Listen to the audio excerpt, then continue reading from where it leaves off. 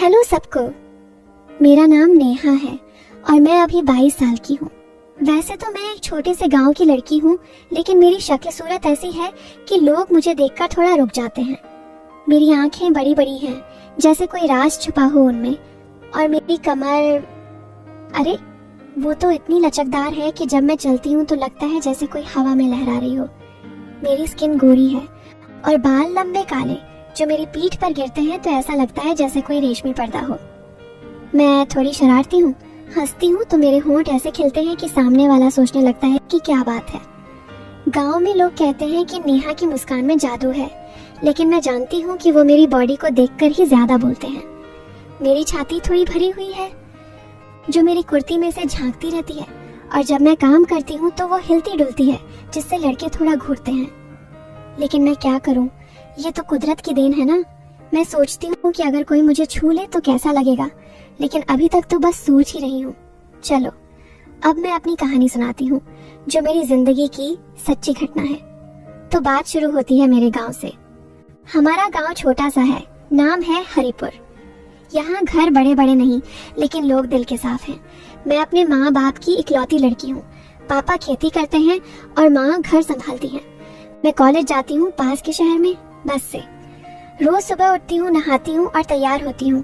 नहाने के समय मैं खुद को आईने में देखती हूँ। मेरी बॉडी पर पानी की बूंदें गिरती हैं तो ऐसा लगता है जैसे कोई मोती बिखरे हों। मैं सोचती हूँ कि अगर कोई लड़का मुझे ऐसे देख ले तो क्या होगा, लेकिन घर में तो कोई नहीं है ऐसा। खैर, एक दिन की बात है, मैं कॉलेज से लौट रही थी। बस में भीड़ थी, लेकिन मैं खिड़की वाली सीट पर बैठी थी। अचानक बस रुकी और एक लड़का चढ़ा। उसका नाम था विक्रम। वो हमारे गांव का ही था, लेकिन शहर में नौकरी करता था। विक्रम लंबा चौड़ा था। उसकी मसल्स ऐसे उभरी हुई थीं कि शर्ट से बाहर आने को तैयार। वो मेरे पास आकर खड़ा हो गया और बस झटके से चली तो वो थोड़ा मेरी तरफ झुक गया। उसका हाथ मेरी जांघ के पास टच हो गया, लेकिन वो हट गया। मैंने देखा उसकी आंखें मेरी तरफ थीं, जैसे कह रही हूँ कि नेहा तू कितनी मुलायम है। मैंने मुस्कुरा दी, लेकिन कुछ नहीं कहा। वो बोला, नेहा कैसी हो, कॉलेज कैसा चल रहा? मैंने कहा, ठीक है भैया, आपकी नौकरी? वो हंसा, अच्छी है, लेकिन गांव की याद आती है, तू तो बड़ी हो गई है अब। उसकी बात में कुछ था जैसे वो मेरी बॉडी को स्कैन कर रहा हो। मैं सोच रही थी कि अगर बस और झटका लगे तो क्या होगा, लेकिन बस रुक गई और वो उतर गया। घर आकर मैंने सोचा, विक्रम थोड़ा अलग लग रहा था। उसकी आंखों में वो चमक थी जो लड़के तब दिखाते हैं जब कुछ और सोचते हैं। अगले दिन सुबह मैं फिर बस में थी। विक्रम फिर चढ़ा।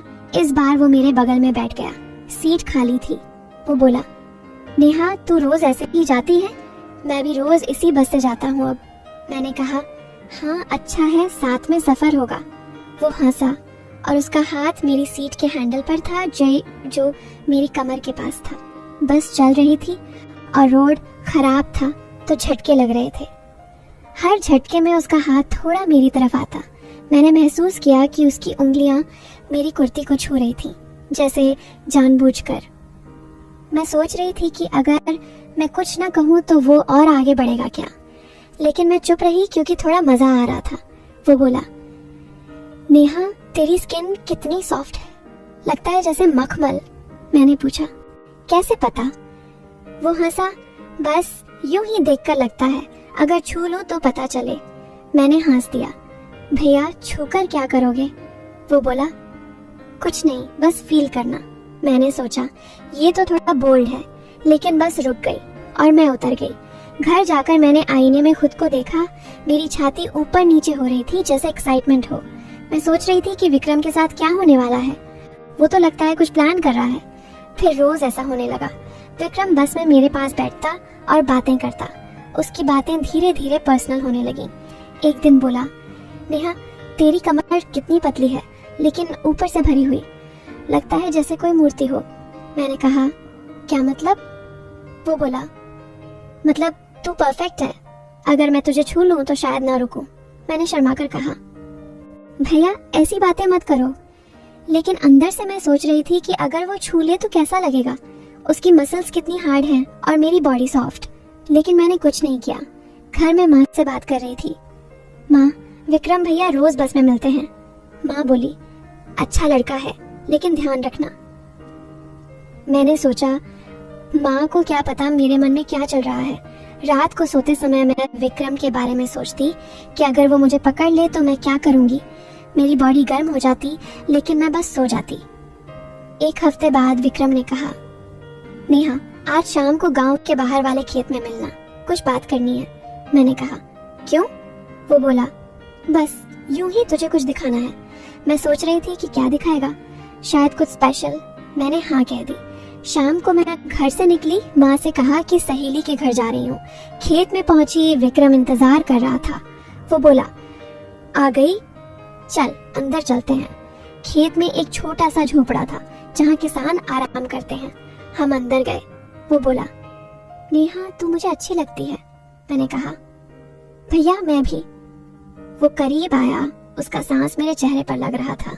मैं सोच रही थी कि अब वो मुझे छुएगा, मेरी कमर पकड़ेगा या और आगे।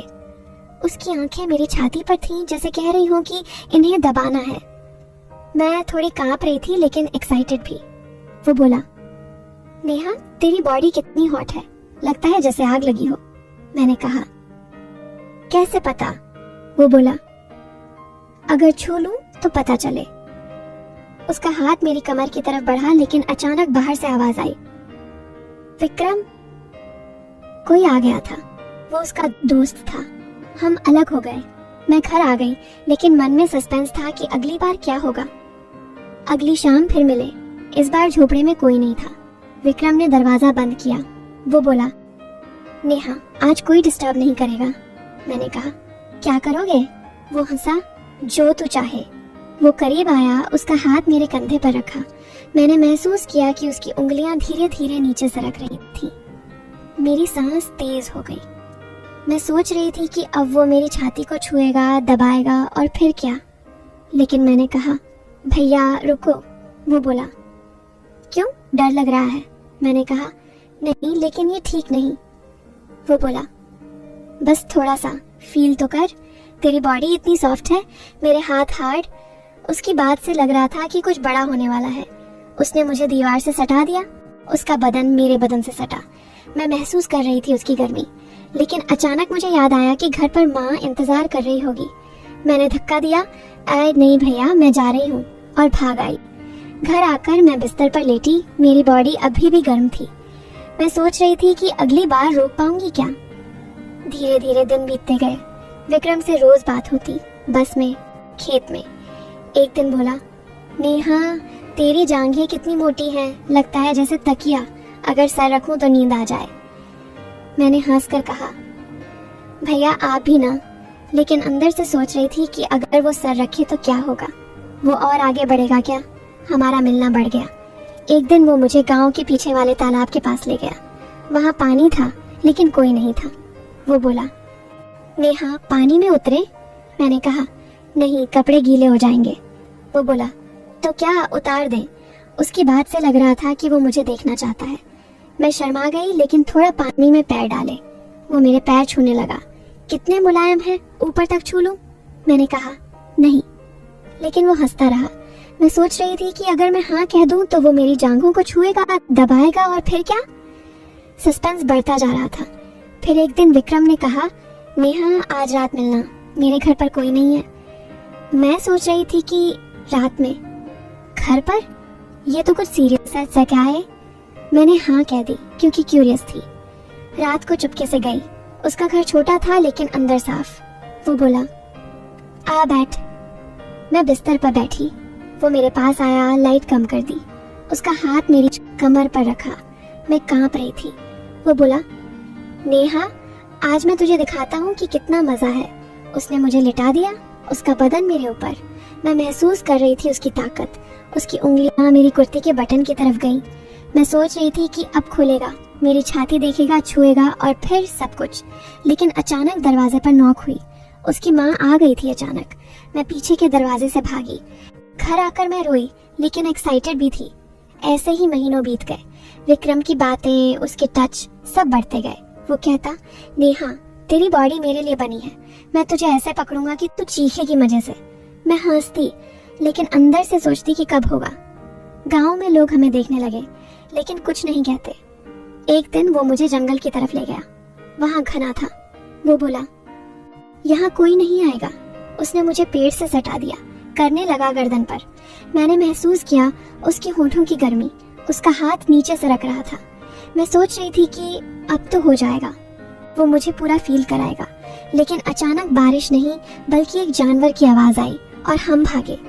धीरे धीरे मैं समझने लगी कि विक्रम सिर्फ बातें करता है लेकिन कुछ करता नहीं। लेकिन मैं क्यों रुक रही थी? क्योंकि मजा आ रहा था उस सस्पेंस में।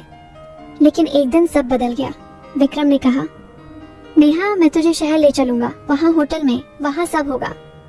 मैं सोच रही थी कि अब तो पक्का कुछ फिजिकल होगा, वो मुझे पूरा अपना बना लेगा। मैं तैयार थी। लेकिन जब हम जाने लगे बस में, अचानक विक्रम बोला, नेहा रुक, मुझे कुछ बताना है। वो बोला, मैं तुझे प्यार करता हूँ लेकिन असल में मैं तेरी रक्षा करना चाहता हूँ। ये सब मैं इसलिए कर रहा था क्योंकि गांव में एक बदमाश लड़का तेरे पीछे था। मैं उसे डराना चाहता था कि तू मेरी है, लेकिन अब वो चला गया। मैं कभी कुछ गलत नहीं करना चाहता था, तू मेरी बहन जैसी है। मैं स्तब्ध रह गई।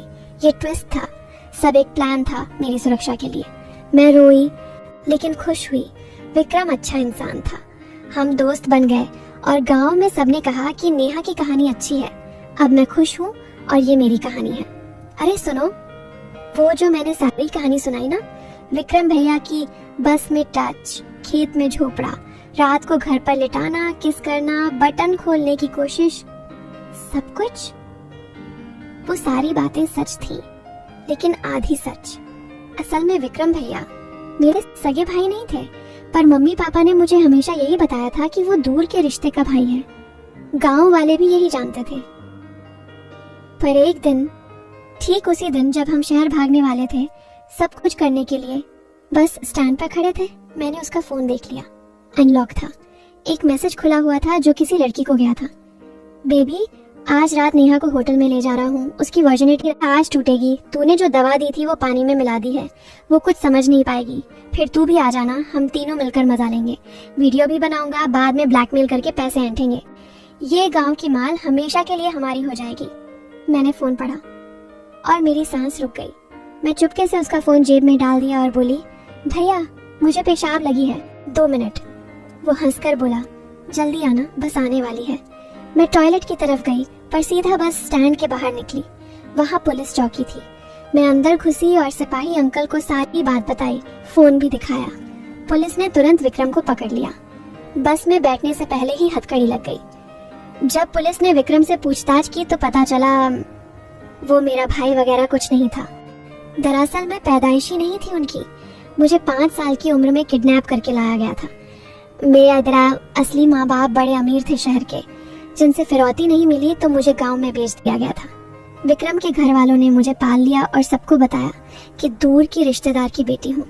विक्रम को जब पता चला कि मेरे असली घर वाले अब भी मुझे ढूंढ रहे हैं और पुलिस के पास मेरा डीएनए मैच कर गया है, तो उसने प्लान बनाया कि मुझे भगा के, मेरे साथ गलत करके, वीडियो बना के ब्लैकमेल करे ताकि मेरे असली मम्मी पापा से करोड़ों ऐंठ सके। और वो जो सारी प्यार व्यार, छू लूं, आज सब होगा वाली बातें थी, वो सब एक्टिंग थी। वो मुझे बहन नहीं माल समझता था। अब विक्रम जेल में है, उम्र कैद मिली है और मैं अपने असली मम्मी पापा के पास हूँ। बड़ा सा घर है, गाड़ियाँ हैं, लेकिन मैं आज भी उस गांव की नेहा हूँ। बस अब मुझे कोई भैया कहकर छूने की हिम्मत नहीं कर सकता। तो जो लोग सोच रहे थे कि कहानी में कुछ होने वाला था, हाँ हुआ था, लेकिन विक्रम के साथ, जेल में। बाकी सबको ये कहानी अच्छी लगेगी क्योंकि आखिर में जीती तो सच्चाई और मैं। बस पूरी कहानी खत्म। अरे हाँ, भूल ही गई थी।